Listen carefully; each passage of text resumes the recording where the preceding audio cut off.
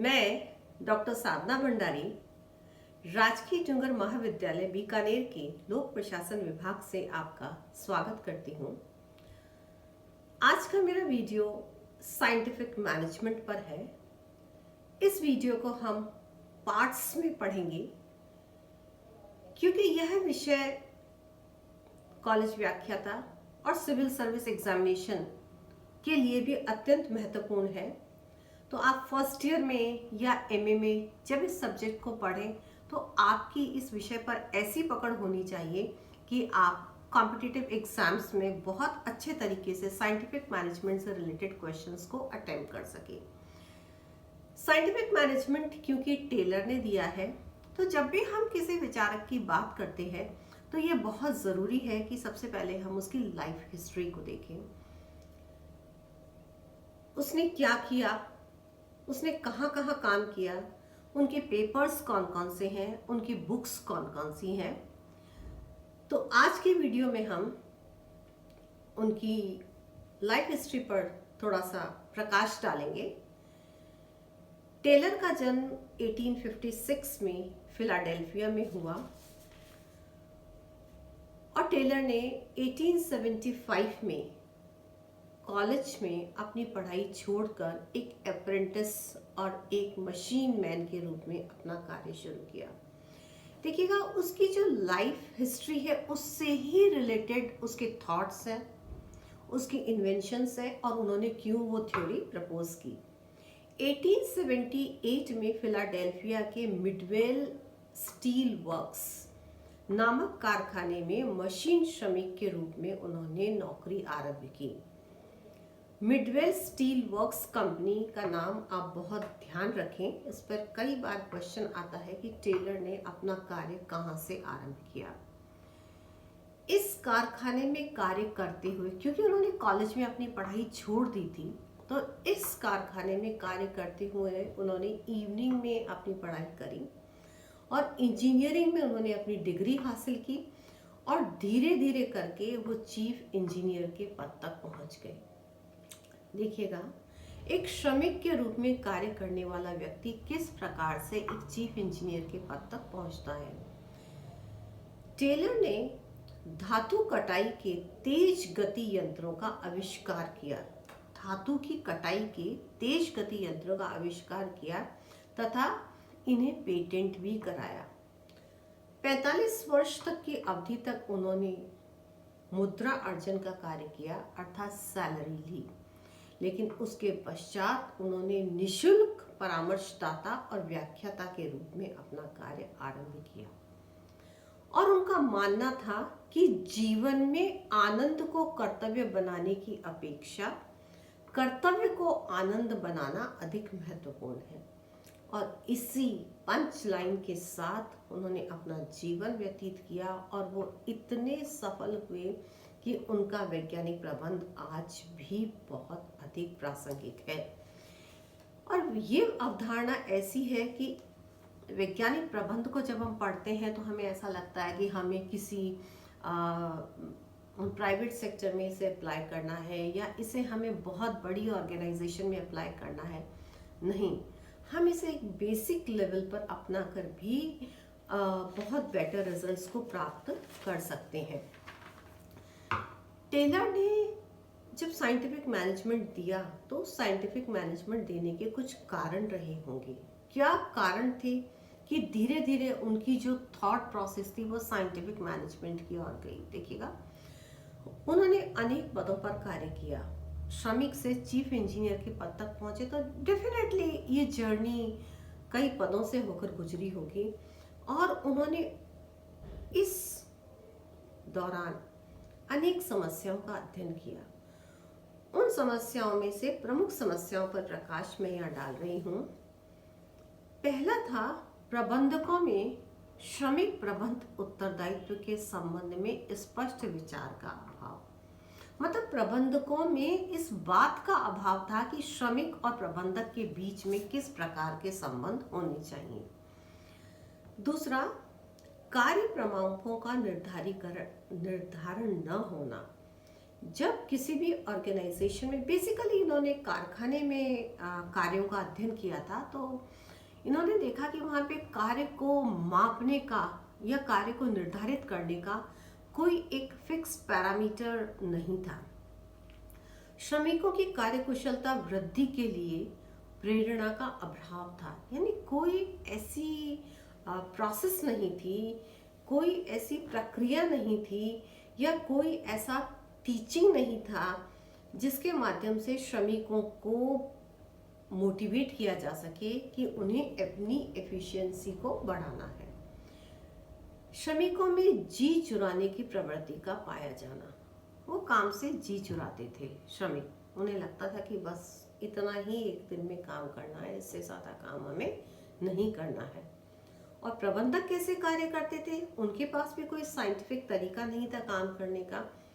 पुराने प्रबंधक किस प्रकार से कार्य कर रहे थे, परंपरागत रूप से क्या निर्णय लिए जा रहे हैं, या पुराना अनुभव क्या कहता है, या अटकलबाजी पर वो निर्णय लिया करते थे।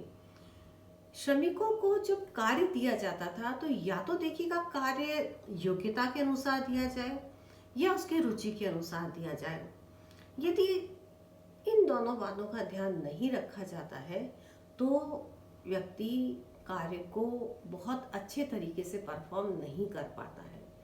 और यदि उसको बिना रुचि या उसकी योग्यता के अनुसार कार्य नहीं दिया जाता है तो ये ध्यान रखा जाए कि उसे उस कार्य की ट्रेनिंग दी जाए, लेकिन इस प्रकार की भी किसी टेक्निक का वहाँ अभाव पाया गया। साथ ही साथ प्रबंधक इस बात को मान्यता नहीं देते थे कि श्रमिक की कार्य क्षमता एवं निष्पादन में सुधार होने से नियोक्ता एवं श्रमिकों दोनों को लाभ होगा। टेलर ने इस बात पर फोकस किया कि किस प्रकार से श्रमिकों की कार्यकुशलता को यदि बढ़ाया जाता है तो उनका निष्पादन बेटर होगा, और निष्पादन यदि बेटर होगा तो प्रबंधकों और श्रमिकों दोनों को इससे लाभ होगा। ये कुछ समस्याएं थी जो टेलर ने अपने कार्य के दौरान ऑब्जर्व करी, और इन्हीं समस्याओं को आधार बनाकर टेलर ने शॉप अप्रोच या कार्यशाला दृष्टिकोण विकसित किया। अर्थात जहां श्रमिक कार्य करते हैं कारखाने में, उसे शॉप फ्लोर लेवल कहा जाता है, और इस शॉप फ्लोर लेवल की जो समस्याएं हैं उनको किस प्रकार से दूर किया जा सकता है, इसके लिए उन्होंने शॉप अप्रोच डेवलप करी, और वो शॉप अप्रोच ही धीरे धीरे साइंटिफिक मैनेजमेंट के रूप में परिवर्तित हुई। टेलर की जो फेमस बुक्स है वो है शॉप मैनेजमेंट, 1910 में आई, और दूसरी है प्रिंसिपल्स ऑफ साइंटिफिक मैनेजमेंट जो 1911 में आई। साथ ही साथ उनके 4 पेपर्स बहुत फेमस रहे हैं।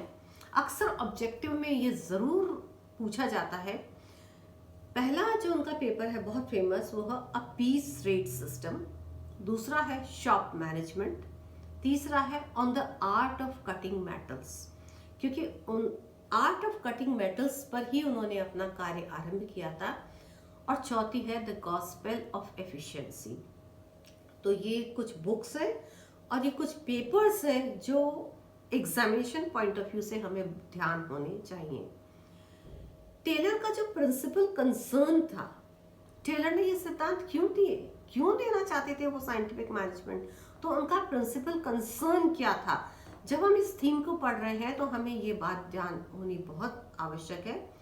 श्रमिकों की कार्य कुशलता बढ़ाकर उत्पादकता में वृद्धि करना था। श्रमिकों की कार्य कुशलता एफिशिएंसी बढ़ाकर उत्पादकता में वृद्धि करना था, यानी एफिशिएंसी और प्रोडक्टिविटी उनके साइंटिफिक मैनेजमेंट के मुख्य बिंदु थे। उन्होंने पाया कि श्रमिक अपने कार्य करने में रुचि नहीं दिखाते हैं या कार्य से जी चुराते हैं, और कार्य से जी चुराने की जो प्रकृति है या कार्य से के प्रति जो उदासीनता है उसे सोल्जरिंग का नाम दिया गया है। अर्थात least amount of work in the longest amount of time. Competitive examinations में या इंटरव्यू में बहुत बार ये पूछा जाता है कि what do you mean by soldiering. तो सोल्डरिंग है कार्य से जी चुराने की प्रवृत्ति जो श्रमिकों में पाई जाती थी, और इसका प्रयोग सबसे पहले साइंटिफिक मैनेजमेंट में टेलर ने किया था। टेलर का कहना था अधिक उत्पादन से कार्य में कमी आ जाएगी, वे उन्हें कार्य से हटा दिया जाएगा। ऐसा डर श्रमिकों के मन में बैठा हुआ था कि यदि वो बहुत अधिक कार्य उत्पादन करेंगे तो कार्य में कमी होगी और उन्हें काम से हटा दिया जाएगा। अतः उन्होंने धीरे धीरे कार्य करने को अपना कार्य का एक ढंग बना लिया था और इसे कहा गया था सोल्डरिंग वाज सिस्टम, अर्थात धीरे धीरे काम हमें करना है ताकि हम उस काम पर टिके रहें। टेलर ने पाया कि प्रबंधकों व श्रमिकों के अज्ञान के कारण उत्पादकता में वृद्धि नहीं हो रही है। श्रमिकों और प्रबंधकों दोनों के पार्ट पर ही उन्होंने ये बात कही कि उनमें अज्ञान है, और उस अज्ञान के उन्होंने दो कारण बताए थे। पहला, फेयर डेज वर्क, अर्थात उचित दिन का कार्य। एक श्रमिक को कितना कार्य करना है उसका पता न प्रबंधक को था न श्रमिक को था। दूसरा, फेयर डेज पे, उचित दिन के कार्य का वेतन, अर्थात एक दिन में वो जो कार्य उचित कार्य करते हैं उसका क्या वेतन होना चाहिए। और दूसरी समस्या क्या थी अज्ञान से संबंधित? दोनों ही एक दूसरे के प्रति विरोधी विचारधाराएं रखते थे, यानी उनका बात इस बात पर नहीं था या उनका ध्यान इस बात पर नहीं था कि उत्पादकता को कैसे बढ़ाया जाए, बल्कि इस बात पर था कि किस प्रकार से लाभ का विभाजन किया जाए, और वो ज़्यादा ध्यान इसी पर देते थे।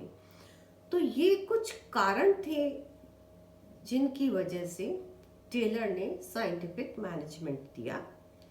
तो इस वीडियो में आपको यह बताया गया है कि टेलर कौन थे, टेलर की प्रमुख पुस्तकें और पेपर्स कौन कौन से थे, और साइंटिफिक मैनेजमेंट देने के पीछे टेलर के क्या कारण थे।